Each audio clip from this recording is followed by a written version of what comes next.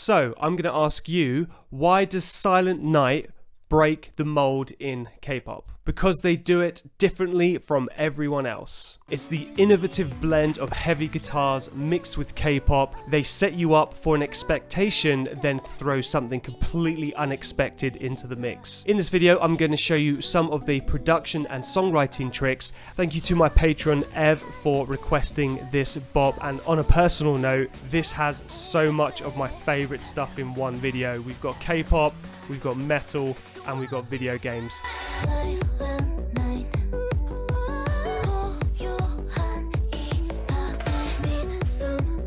Dreamcatcher did a collaboration with King's Raid, which is a free-to-play RPG mobile game developed by South Korean indie game developer Vesper. They never actually did an official MV for Silent Night, but it is one of the featured songs in the game. Silent Night is a great blend of heavy rock mixed with electronic genres under the umbrella of K-pop. Now, what I mean by under the umbrella of K-pop is K-pop isn't actually a genre, it's an idea. It's a multitude of several genres mixed together underneath one name, which is K-pop.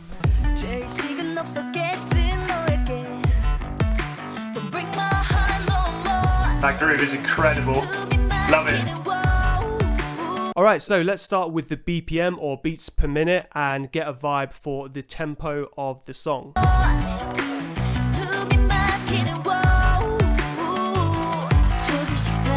Alright, so the song is sitting at around 80 beats per minute, and this is a great tempo for groove-based genres. It's a BPM that works well in double time, and the chorus is at this tempo. But remember 80 BPM, as this is going to be relevant later on. I figured out the verse riff. Let's have a listen, and big shout out to Shreddage 2, which is my go-to guitar VST.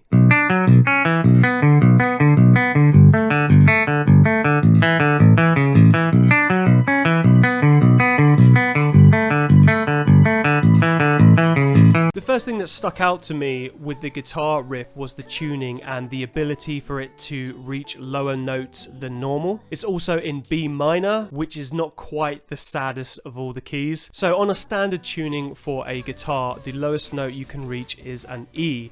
With this riff, it goes all the way down to G. You would only really hear that being played by metal bands or heavy rock bands. Not only does the low tone create that sense of heaviness that you love, but also it creates a much more darker, serious tone.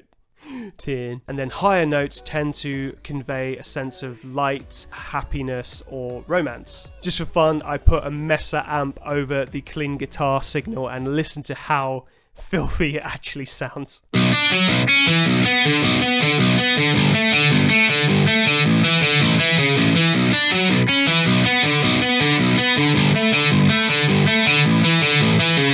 So not only do they have more of a focus on guitars in their music in general, but to use detuned metal guitars is practically unheard of in pop music. This is another good example of Silent Night and Dreamcatcher breaking the mold in K-pop.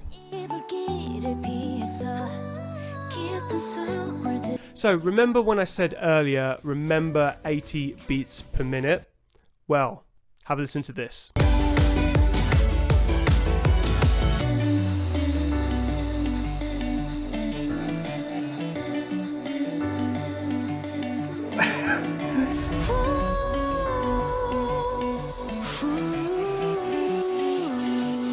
Can't nod in time.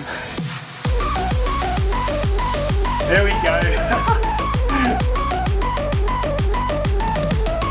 Speeding up a tempo is very rare in pop music. Double time, yep, no problem. But a whole new tempo that isn't related to the original tempo is practically unheard of. The genre they move into, I would call it future bounce, maybe trance. They're at 128 beats per minute.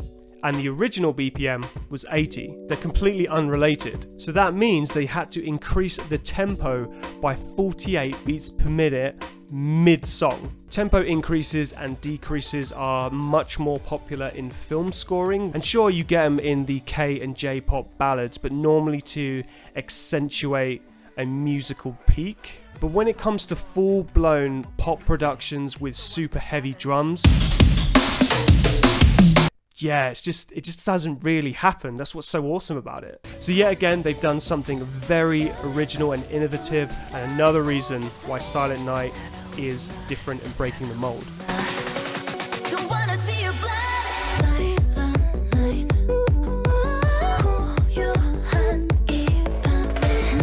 Love that double time kick. Really drives it, doesn't it?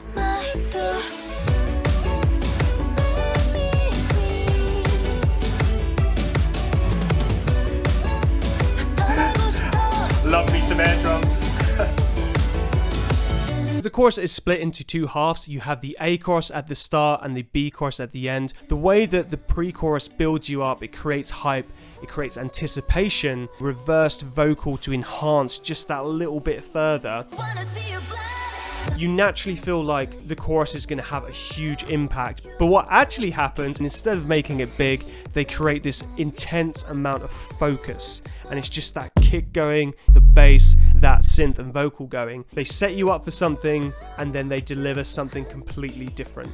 So why does Silent Night break the mold in K-pop? Because they simply do it different. Heavy guitars, setting you up with an expectation, then doing a complete 180 on the expectation, speeding up a song to a BPM that's not even related, and a really interesting blend of genres. If you like this video, hit that like button and I would appreciate your subscription. Thanks so much for my patrons for supporting this channel, and if you want to make your own K-pop analysis requests like this one, support this channel on Patreon.